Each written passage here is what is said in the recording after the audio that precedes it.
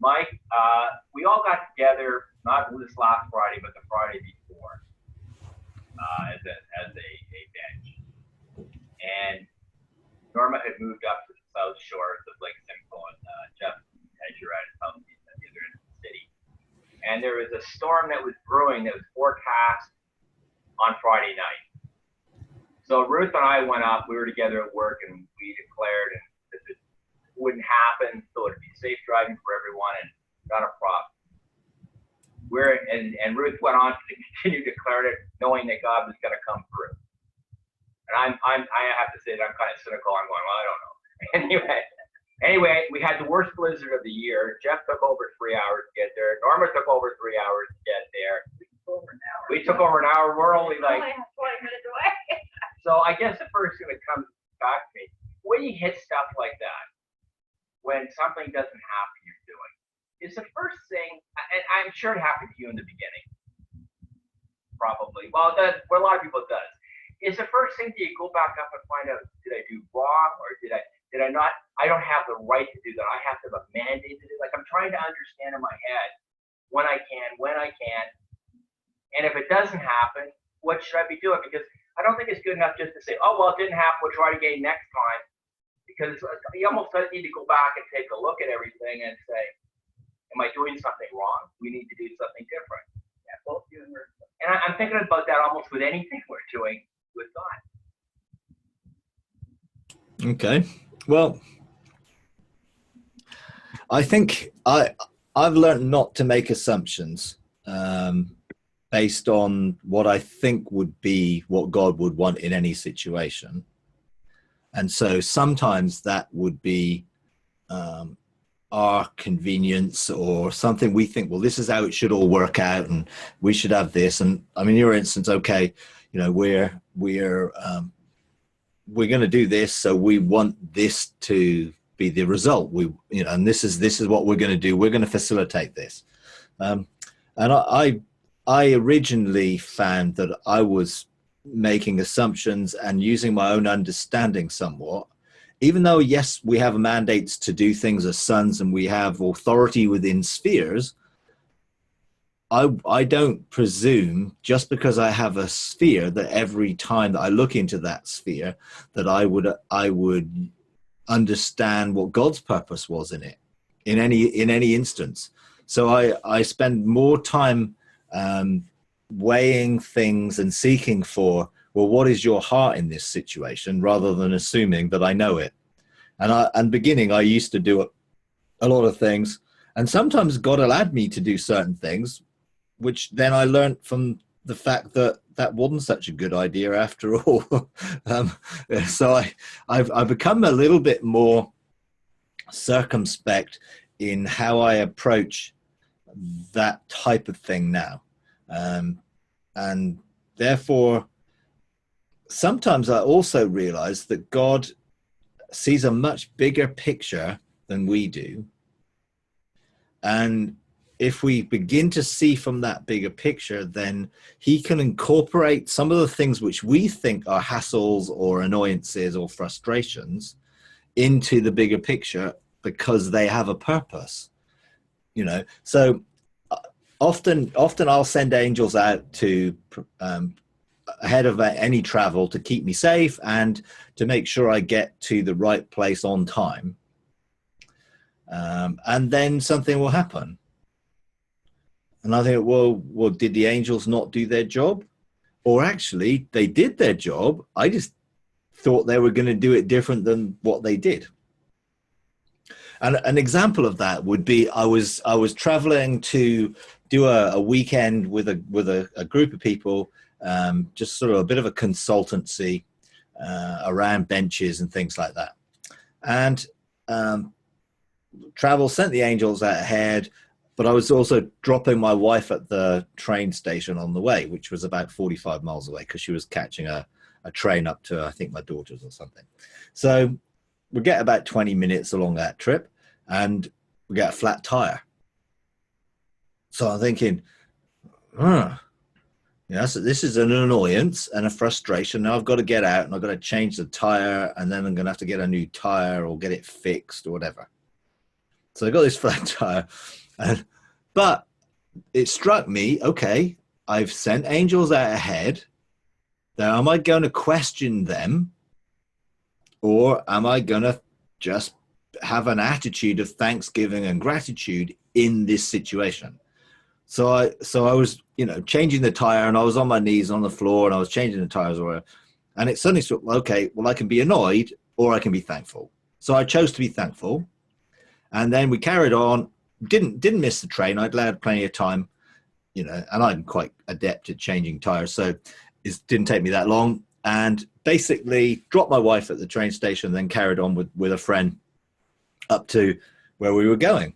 And then over the radio, we have a traffic radio thing that sort of, comes and gives you a traffic report. The 10 minutes or so, 15 minutes that I was actually stationary had actually stopped me being involved in a major traffic situation. So I sort of thought, okay, maybe this was the best way to keep me out of harm's way. Rather, because maybe if I'd sort of had the thought, oh, slow down a bit or take a different route, because I was using the GPS thing, I would have probably ignored it. So in this instance, it seemed that this was an annoyance, and okay, I needed to get the tire fixed, whatever. But then when I got it fixed, they told me that there was a big crack in the wall of the tire, and it was really good that it had actually been punctured, because actually that could have burst, at any time. So I thought, okay, well, the angel have also prepared and protected me from the future here, because this puncture actually indicated a more severe problem on the tire. So you do get those type of scenarios that are there, which seemingly doesn't really align up with everything going smoothly. That when you then look back, you can see actually there's a bigger picture in this. And also in that situation, there's a degree of where, I'm going to trust God that he will overrule me when I try and do something in my own understanding, which will get me into trouble. So, and that comes, in governing stuff and decreeing stuff and declaring stuff, there's a level of maturity needed that I don't have in all situations. So I need to grow and mature in some of those areas. So when it comes to something like receiving a mandate to change the weather or to change a storm, our little bit of inconvenience in that situation may well be completely different from the bigger picture that God is seeing, and some other things that were in that bigger picture that overweigh or have a higher priority than we want to change this because it's going to stop our travel, whatever.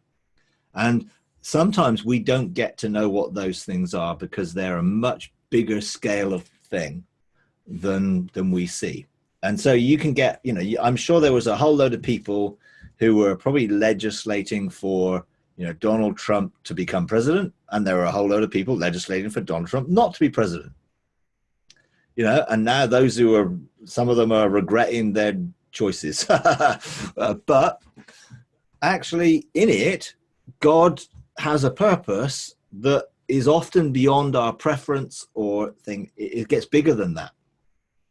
And I think the closer we get to the heart of God, and the more we can begin to engage in the sort of the now of how God keeps everything in alignments and is constantly course correcting our stupid mistakes and other things that we do, and for everybody, to bring good out of it all, you realize that there is a continual flexibility in how things are to encompass our stupidity and weave it into the story to bring about something good out of it. So God doesn't reject us out of the story. He uses us in it. And sometimes he'll use us even the stupid things we do. And you think, well, can't God sort of orchestrate it differently? No, if he wants us to be involved in the process, and he's not going to create robots to do it all as fate. So I don't believe in fate. Therefore, he is able to course correct everything, even the things we do, to keep things ultimately moving forward towards his original intention, which was, you know, the restoration of everything back to that, his heart. But there's a lot of our involvement in that which needs to be taken into account. So, you know, is it that we get it wrong sometimes? Yeah, we do. We don't get everything right all the time. Sometimes we make decisions based on our preferences and our understanding when we should be leaning to his. And, you know, that whole thing, you know, do not lean to your own understanding, you know, in all your ways, acknowledge him, sort of thing. And I think sometimes, yeah, I've made mistakes because I've made an understanding out of what I thought was the right thing to do. Has God brought something good out of it? Yes. You know, was it the ideal? No. But I'm always looking for the opportunities to learn from the things I don't wrong. But what I don't do is get condemned, because God never condemns me for having a go at something.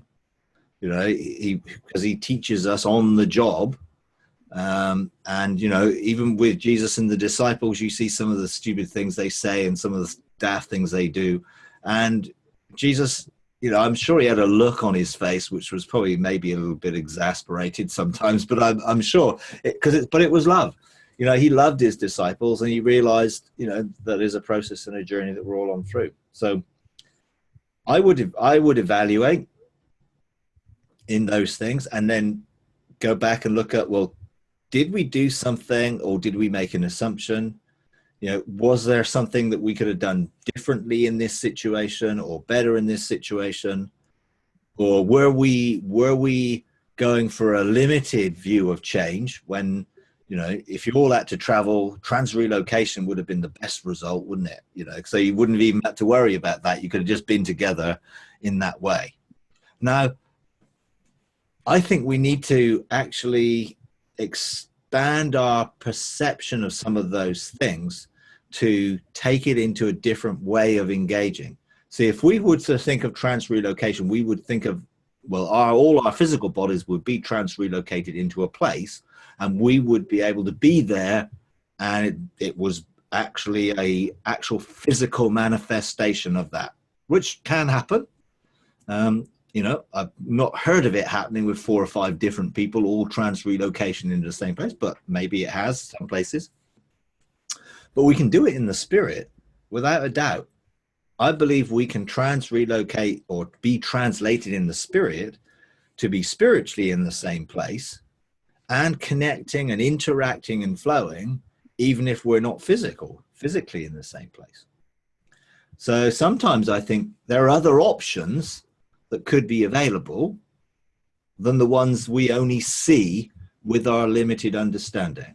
And I think God wants to expand the realities that we can see and therefore choose.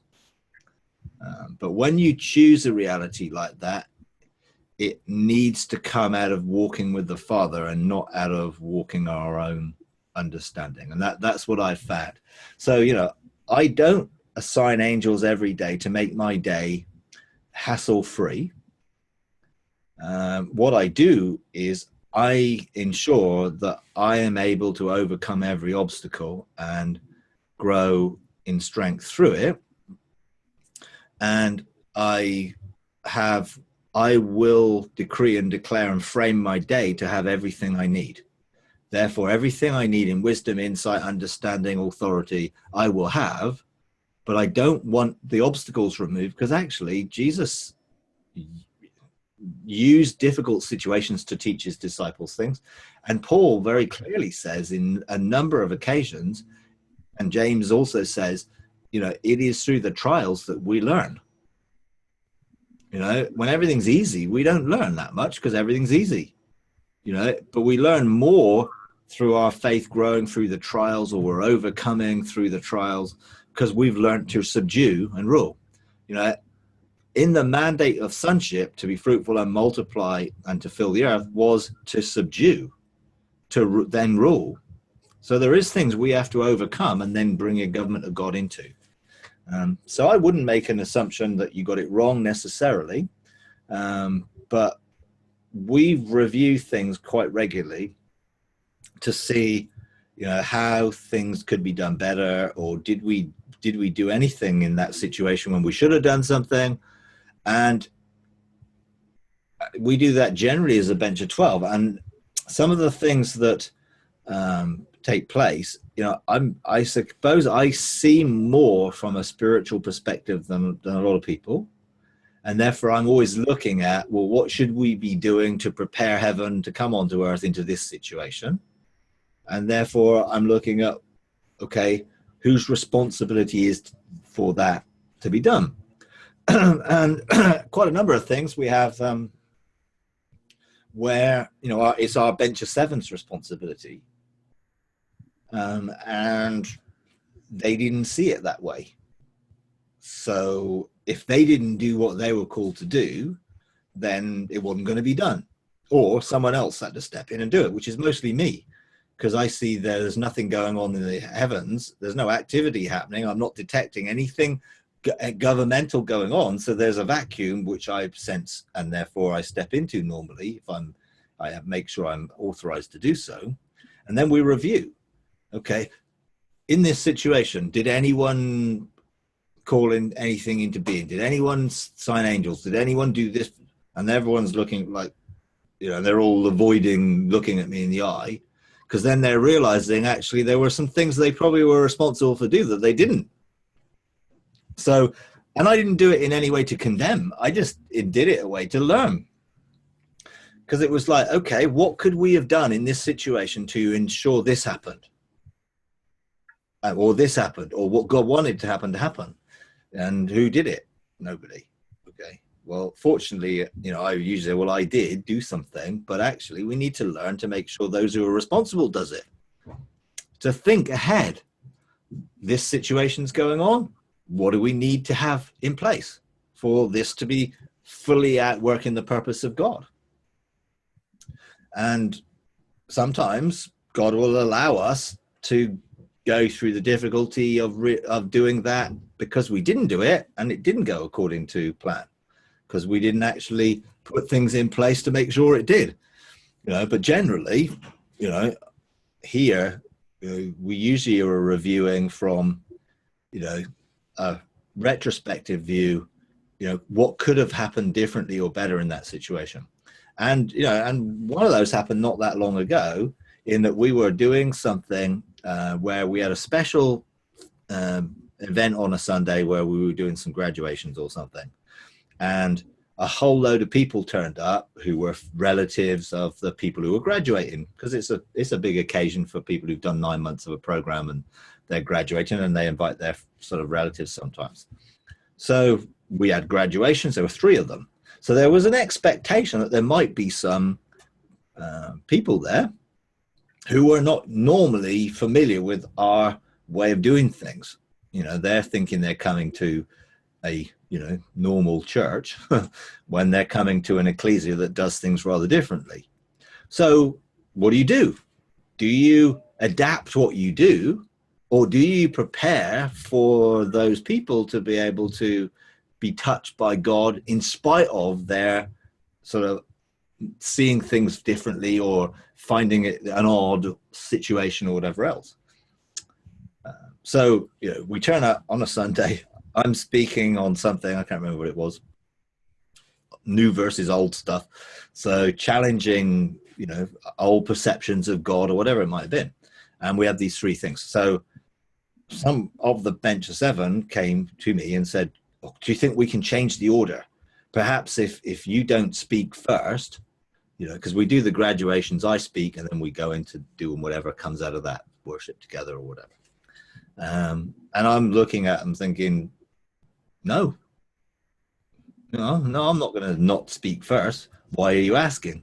Well, those people, they might not understand what you're going to say, and blah, blah, blah, blah. So I said, well, have you not done anything to actually legislate for them being here? Did you not even think they were going to be here and do something about it? Prepare the atmosphere, prepare their hearts, actually prepare me to say things which are actually going to touch their hearts? And they were just like, oh, no, we didn't. I said, well, that's okay, I did. So I had thought they were going to be there. So I believe the things I'm going to share are going to touch some of those people's hearts. And some of the things will go totally over their head. Well, that's normal case in any Sunday. Some people won't have any idea what I'm on about. But again, it was a lesson. When something like that takes place, we've got to be ruling. You can't just let it happen and hope for the best. We've got to be ahead of the game, preparing in heaven so heaven can be manifested on earth, so that those people in this instance would be blessed by the graduation and see how much we love as a church the people and we provide for them. And they had some testimonies about, how we bless them and help them or whatever. And then, okay, we want those families to be engaged with the love of God and experience God's love. So in this instance, I said some things which challenged a lot of religious perceptions, because people have this view of God and a view of what he's like and whatever. And I thought, well, okay, here's an opportunity to, in new versus old, here's a new way of looking at God, because we've experienced a relationship with him. And here's the old way, which comes through our religious mindsets and what views that have come through religion. So sometimes you just have to be able to review and see, is there something we didn't do, or is there something we could have done better? Or actually God is in the picture, is a bigger picture here, and we weren't included in the memo,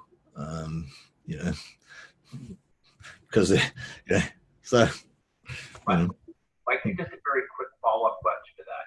So when I was going back, one of the thoughts was, well, maybe God was testing us to see how much we truly wanted to get together, how much were we going to push through.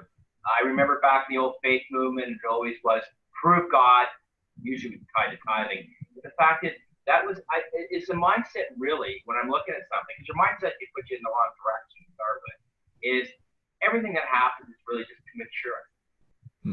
Period. It's not, God's not testing us because God already knows us. We don't have to prove God because God already knows us. Yeah. No. He's only to mature us, period.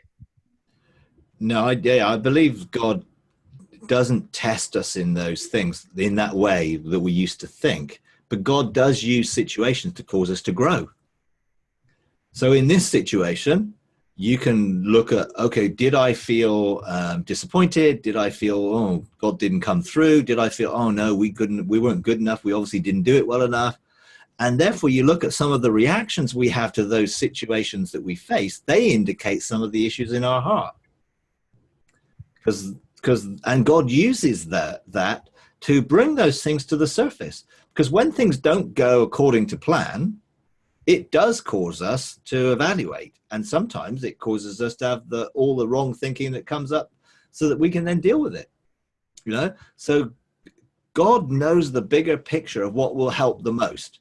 So in this situation, you changing the storm so you all got there on time may not have been as valuable in all your lives as actually overcoming, going through it, now evaluating and looking, well, did we get it right? What was the point of that? Blah, blah, blah, blah. And to take 3 hours to get somewhere does show a fair degree of commitment, I must say. It's like, so, you eventually got together, and now you're asking some of these questions. So, that's from one sense an opportunity of, okay, I use anything that I have a reaction to,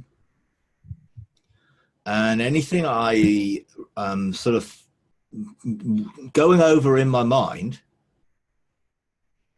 as a way of checking my heart. And I use the sort of the whole trauma to transformation process. Why was I defensive in that situation? Why was I annoyed? Why was I frustrated? Why was I angry? Why was I defensive? So my reactions to any situation can be a clue and an indicator to, do I need to change? And so I sort of did this little diagram of this flow chart of what happened, what God showed me when I faced situations that were causing me to go over them in my head.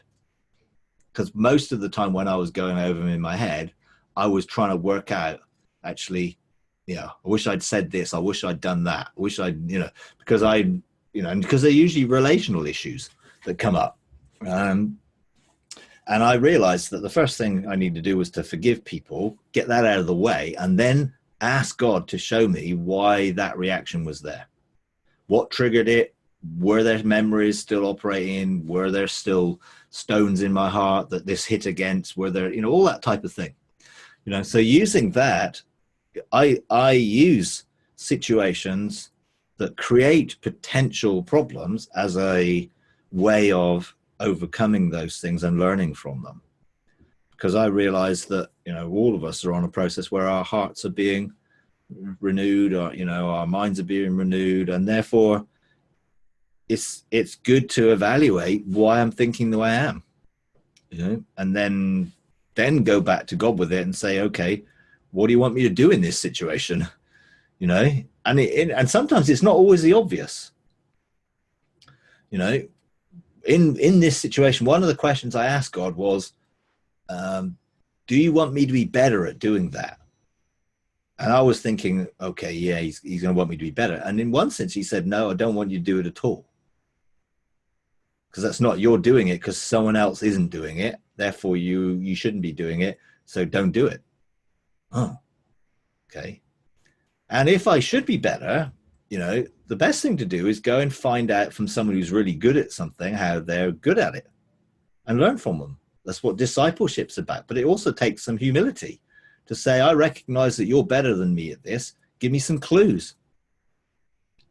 Particularly if actually the person involved is the person you're having the altercation with, which was that was the situation I was in.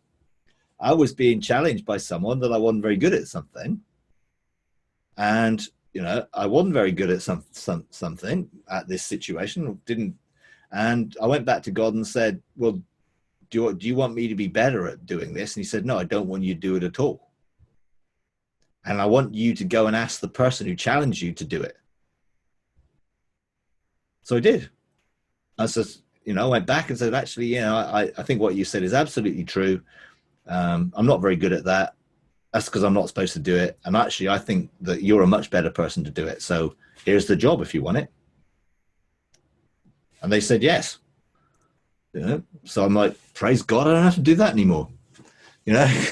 But I could have got how dare they criticize my ability to do that? And how dare he say I'm not very good at doing that? And but if God had said, no, I want you to do it better, it would have been me eating real humble pie to go and ask the person who criticized me and said, well, actually, you must be better at this than me. Can you help me? So, no, fortunately, I didn't have to do that in this instance. I just was able to, basically resign and give them the job. But we can learn from these dynamics all the time. If we're willing to be reflective and allow God to speak into every situation, so we can learn from it and grow and mature and overcome in all these situations. Because sometimes, those are the situations which bring the things to the surface. Other things don't. I know when I'm responding to a situation because I know there's peace in my heart. And when I'm reacting to a situation, it isn't peaceful. So yeah.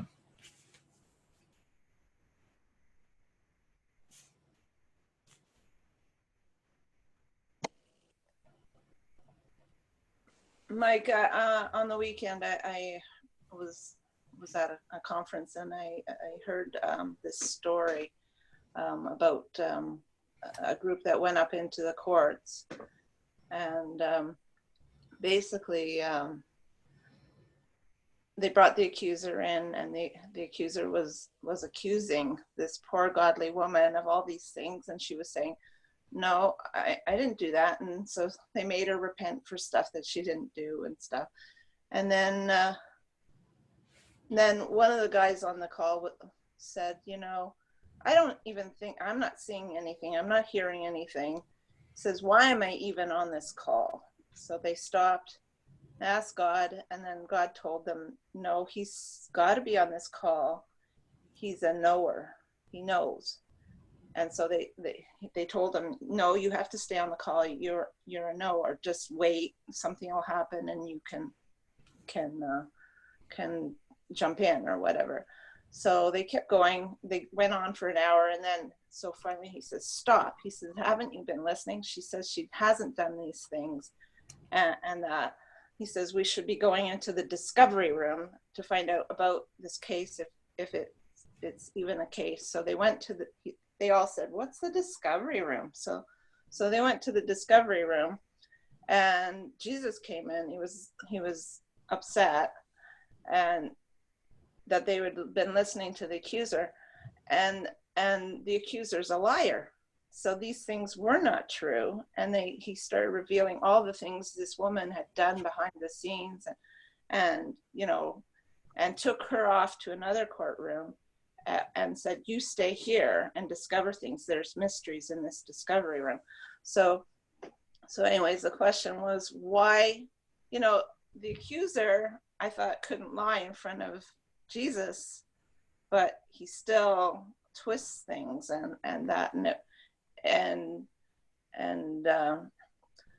the fact too, for me, like this morning, it was like a shift, and the fact that all of a sudden knowing is, because I don't see or hear or what, but you know, it's like, no, sometimes God just drops things and I know things. So it's, you know, and the scripture was about the sons of Issachar know the times and the seasons. So it is biblical to know things. So I just, you know, want to the thing too, that sometimes, because I get confused that, you know, the courtroom, you know, that was the process, but you know, God's growing us up maybe, and we have to listen more rather than just do a process of bring people in and make them repent and use the court as a deliverance room when it's not for that necessarily. Yeah. I mean, my experience with the courtroom system is a lot of people can be immature in using it. And if they're using it immaturely, they will be hearing the accuser say things out of their own agenda and hearts. And I've seen that in operation, where we did a court case and I'm hearing people say, well, I feel the accuser's saying this. And I'm like, nah, he didn't say that. That came out of your own mind. You wanted that to be said. So you've got to be really careful in courtroom situations to be wise and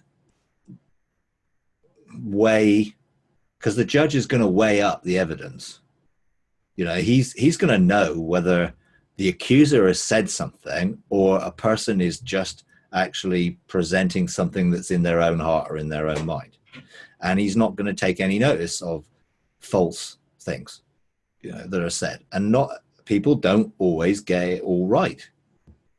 You know, we've had a number of things like that where, you know, someone said they said, oh, we did this court case and these were the accusations. And I had no resonance in my spirit whatsoever that those accusations were actual real accusations. They were the things that were coming out of the hearts of those who were looking to hear the accusations.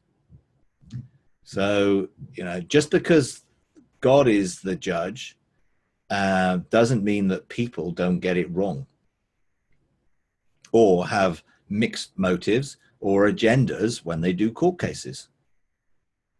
So I think this is why it's much better for a person to do the court case themselves.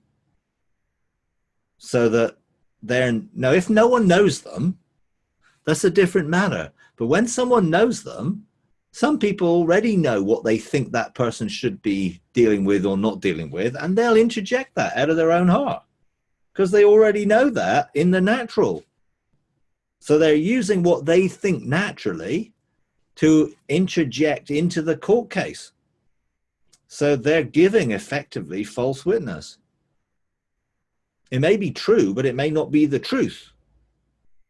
You know, so when I look at court cases like that, you know, and I've done a few with people, you know, that are not all very mature. There's a mixture involved in it, you know, and some of them are quite a mess. You know, I prefer to do a court case with me and God. And then if I hear an accusation, it's like, I hear it. And if I don't believe that that accusation is true, then I look for, am I deceived? Am I not wanting to admit it's true? Or actually, is it true for my generational line, even if it's not true for me? So whenever I hear a court case and someone says, you know, this accusation, or I hear an accusation, and I don't resonate with it myself, I go back and say, is this an accusation that's come through my generational line, and where? And often I will then hear, yes, this was in so many generations, or blah, blah, blah, this is what happened. Then I can forgive my forebearers for what they did, release them, stand in identification as the head of my family line, if you like, and accept the accusation based on the fact that this was introduced into my generational line by somebody else, but that has still been influenced me negatively. So in that instance, you know, I didn't do it, but it was still there potentially. Then the enemy was using it to block or do something negative in my life. So, you know, generally I don't just take, well, I didn't do that and I'm going to argue. And I also don't just say, I'm going to accept the accusation when I didn't do it. But what I will do is accept the accusation on behalf of somebody else who did it. You know, otherwise I'm actually owning something that isn't mine, which again is not really very real, is it? You've got to be real in these things. Now, I will always be asking to make sure I am not blind self, can't see this, and now this is unveiling it because it's completely hidden from me. See, there's different ways of perceiving things. There's the stuff that you know. And when you hear it, you know it's true because you know that's, you know, struck a chord with you, it's pushed the button, you know that accusation is absolutely right. And then there's the things that you know, but you don't want anyone else to know. So their temptation in that is, I would rather not made public or brought into the public, into the court. So you're sort of reticent to admit it, but you know it's true. So then you got a choice. Am I going to be willing to let this come out? And then there's things that you don't know. You just don't know because they're hidden from you. There may be memories that are buried. There may be dissociated things where you've been fragmented. Therefore, this isn't in your conscious memory. And you just don't know. And when there's those things, then, you know, I want that revelation of what it is to ring, oh, okay, yes, I believe this accusation is against me and it's correct and I will own it, even though I don't at that point recognize it. So you've got to have discernment in these type of things. You know, a courtroom is a place for discernment. It's, you know, and again, you know, so much of these type of things, when people start using these court case things without really any real understanding of it, it can be very mechanical and not really very reflective of what is actually going on in the court. And you've got people who are using this court system as a form of prayer. You know, I mean, generally, sort of Robert Henderson's teaching, which I quite like the perspective of, is being used to introduce this as a new form of prayer to churches that would definitely not be open to going into heaven. It isn't a form of prayer. It isn't like, okay, we're going to convene this court in the room and we're going to imagine there's a judge there and we're just going to go through this process as if it's a new way of praying, or a new way for deliverance, or a new way for anything. We've got to go into heaven and we've got to convene the court and we've got to engage the court there. Otherwise, it's not real. You know, and I was involved in a large scale thing where this was happening in something I was doing. And I had to stop the proceedings to say, this isn't, you're not doing it in heaven. You're trying to get heaven to come into this room and do it here, or you're trying to just use this as a way of praying this through. And it was a mess. You know, so I had to stop it and say, look, this is now it's done. You know, you got to go into heaven. You got to convene the court, and you've got to call the accusers to come, and then you've got to stand in the dock and you've got to deal with it. Now, if you're doing it on behalf of, let's say, a nation or whatever, then you're only going to get your little bit that gets revealed for you when you're doing a corporate court case with lots of others. But you've got to be, you know, in that situation, when I heard, you know, all the things that people said, you know, and I think I did this regionally as well. We did this regionally. And I would say 60% of the room were saying accusations out of their own agenda. I did not resonate with it at all. And when I engaged God about it, it was really just their own fanciful stuff, you know? So I'm like, okay, well, did that negate the court case? No, because God just ignores all that. And he gets the right accusations because he wants to get the right verdict. You know, so people's immaturity won't necessarily stop the process working, you know, but you do get people who railroad people into, you need to repent about this and repent about that. Well, repentance is not being sorry and accepting something and being sorry about it. Repentance is a total change and shift of thinking. So if this reflects the way I used to think, well, am I going to change my thinking or have my thinking renewed now? You know, so you do get a lot of immaturity when you get something new coming out. And, you know, from my perspective, a lot of people are doing this and they don't know how to engage heaven, and they're just doing it in their imagination purely, without really knowing that they've activated and convened a heavenly court. I'm not saying that our imagination as a screen or our knowing what's going on in the court. See, you don't have to have the full blown Hollywood production of the court case, you know, A Few Good Men or whatever, you know, some of the 12 Angry Men. There's a few good films that are based around court cases and things.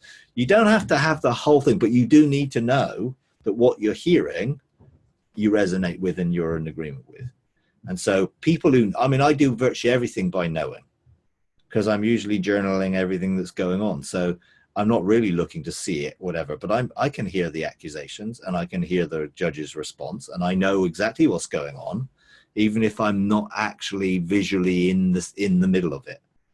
You know, so I would be, you know, cautious when a whole load of people are doing a court case, to be careful that you're just not railroaded or that there aren't agendas of people's hearts, and be discerning about it, you know, because I think, you know, I've seen quite a lot of it where, you know, I knew this wasn't really real. Mike, I just wanted to dovetail on what Ruth was saying, because that was going to be my question, and that's really refreshing to hear. Because I was yesterday, someone asked me to go to the court with them, and I just felt, no, I just didn't feel to go to the court about that. So we did go up, we went to the throne of grace, and we just did something not totally different, but went in and we just started seeing some things and declaring some things because we had gone to the courts before and things that resonated with that person. And we went in and used the verdict that we had received before, and we just started to declare some things, some scriptures that she, resonated with her heart.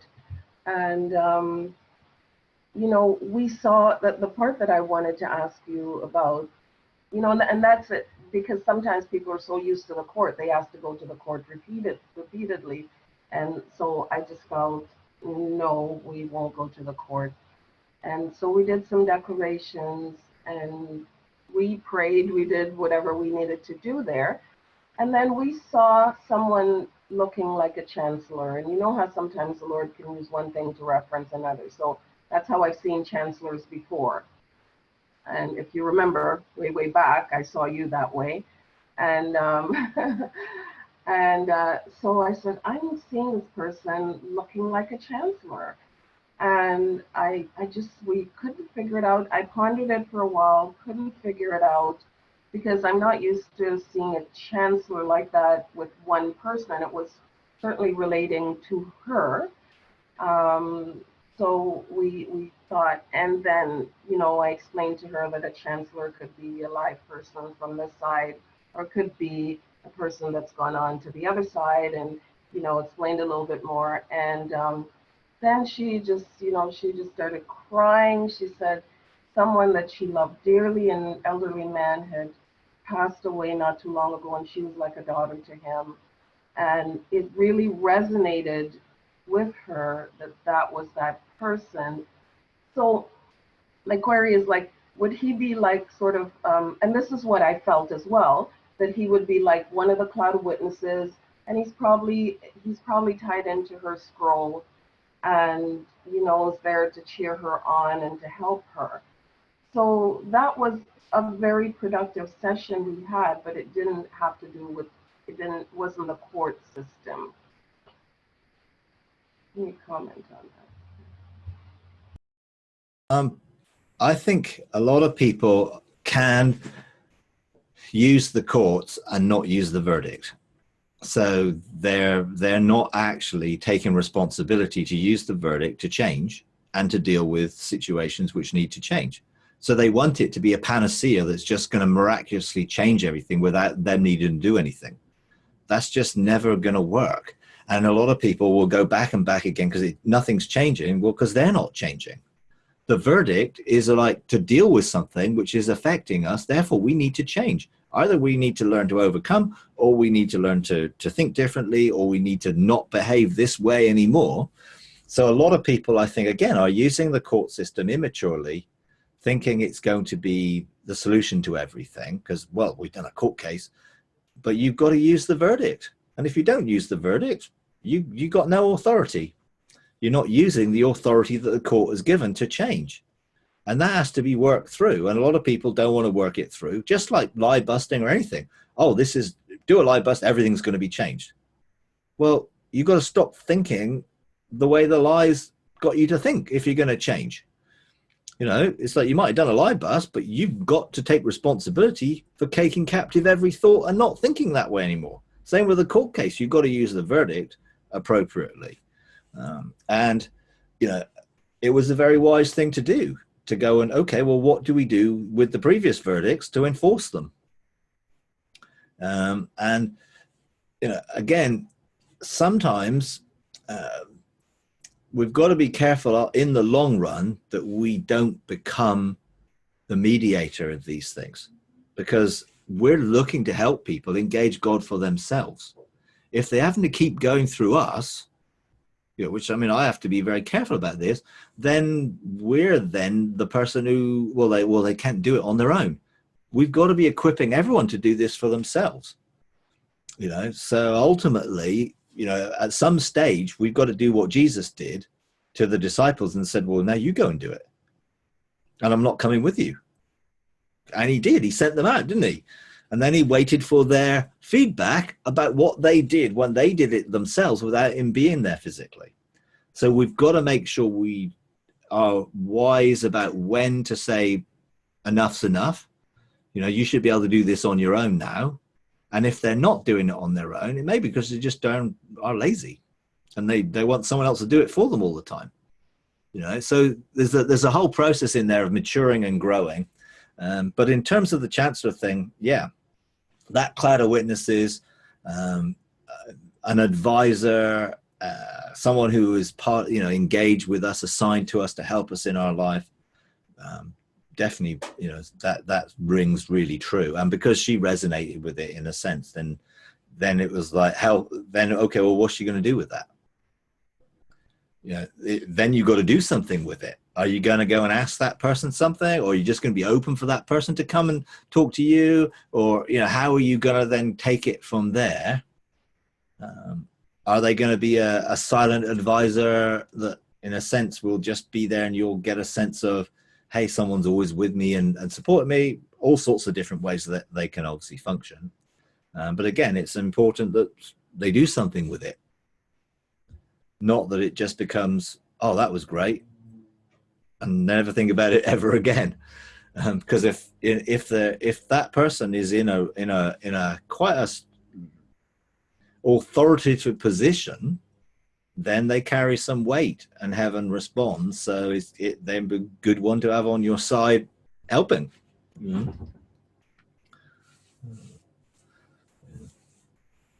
But I do think, you know, a lot of these things, there is a lot of immaturity around, and a lot of misunderstanding.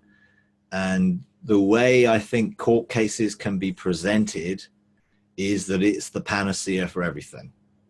And you just do this court case and everything will automatically be different. Okay? And we have to use the verdict of the court. You know, otherwise we're not using the authority that we now have been given. In every I'm going to run. I need to go to work. So thank you so much. See you later. All right.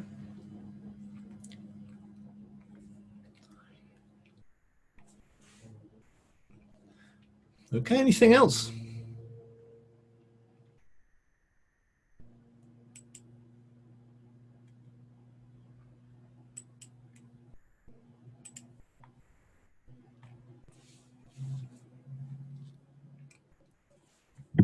Mike, when Yep. Ruth was talking, had mentioned this story to me yesterday.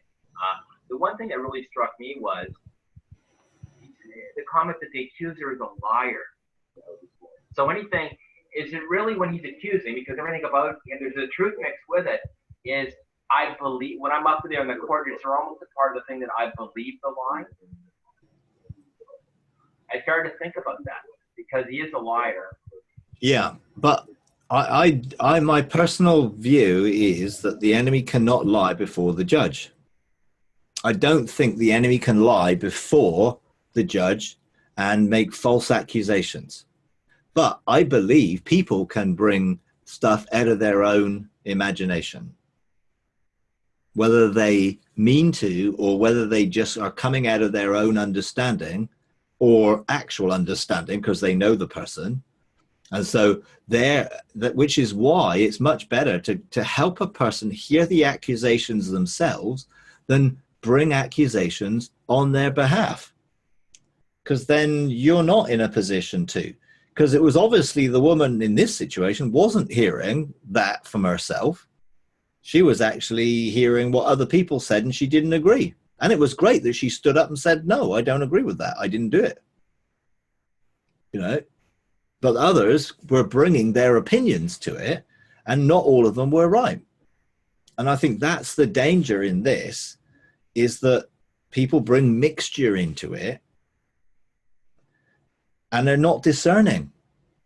You know, when I'm listening to accusations, I want to be discerning about whether this actually is an accusation that's coming from the enemy or whether this is coming out of someone's own things. And the nature of the accusations often give me the clue. You know, because I know certain people have, let's say, a bee in their bonnet over something. And it's always a bee in their bonnet over something. And so when we do a court case, that accusation will often come out. And I know it isn't an accusation at all. It's just an issue that they have a problem with. And they'll bring the same accusation out time and time and time again, because that's the issue that they are sensitive over. And it isn't an accusation from the enemy at all. Yeah. And therefore it's just like, do I challenge it? Well, I could do, and if I felt the right thing to do, then probably I would. Sometimes it's just like, well, actually, it's going to be ignored by the court anyway, because it's just someone's hobby horse issue, And so, just because someone says it, I don't always respond to it being true.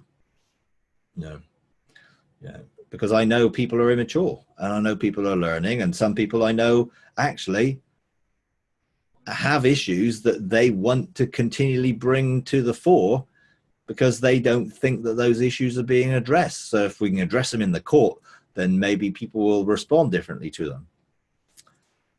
And when you have discernment, I mean, the whole thing of through practice learning to train your senses in Hebrews 5 is to discern whether something's good or something isn't. And so I really wouldn't just assume just because someone said something and they're saying it's a courtroom thing that is true. I'm going to apply discernment to it, just like the judge will. And I find corporate court cases are fraught with those issues, of self getting in the way of it. And if you've got someone, I don't know, let's say someone struggles relationally and they never think people are relating to them well, they often bring up in a court case, the problem, the accuser's saying it's a relational problem, because that's the stuff that they're listening to in their own heart. I mean, I've heard it lots and lots of times, and there isn't any relational problem at all. They've got the relational problem, but they want to make it everyone's problem rather than taking responsibility for themselves. So it was nothing really that the court should have heard in the first place.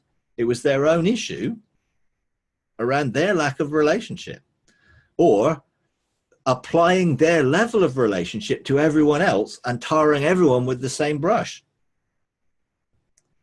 We're not relational enough. And that's the accusation, and, I just, smile to myself and ignore it most of the time, because I realize it actually isn't coming out of the truth. It's someone's heart issue, yes, but it isn't the accusation the enemy is saying is this is the reason why the enemy's got authority here because of this. I want to hear those clear authority statements so that I can deal with those. And let's be honest, because we've all got to agree. Because if we're doing something corporate and we're not all in agreement, there isn't any authority anyway. So we've got to be careful I'm not agreeing to something which I don't agree with, because then I'm giving that a sense of validation when it isn't valid. Which is why it's so much easier to do a court case one-on-one, because then you've got no one else's stuff in the way. You're just going to deal with it yourself. Anyway, there we go. All right. Okay, I better